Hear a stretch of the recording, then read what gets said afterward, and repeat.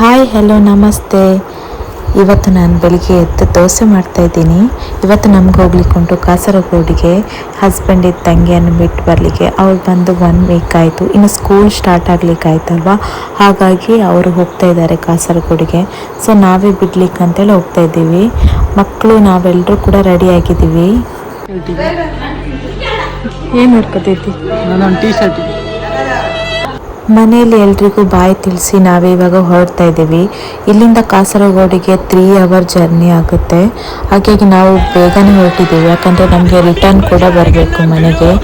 So ಇವಾಗ ಬೆಳಿಗ್ಗೆ ಬೇಗ ಹೊರಟ ಕಾರಣ ಶಿವಾನಿ ಏನೂ ತಿಂದಿರಲಿಲ್ಲ, ಅವಳಿಗೆ ಹಸಿವಾಗ್ತಿತ್ತು. ಹಾಗಾಗಿ ಏನಾದರೂ ತಗೊಂಡು ಬರುವ ಅಂತೇಳಿ ಹೋದರು.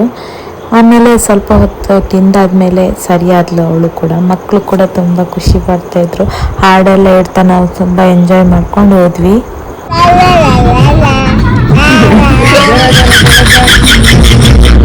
ಇಲ್ಲೇ ಒಂದು ಸಣ್ಣ ಹೋಟೆಲ್ ಕಂಡಿತು.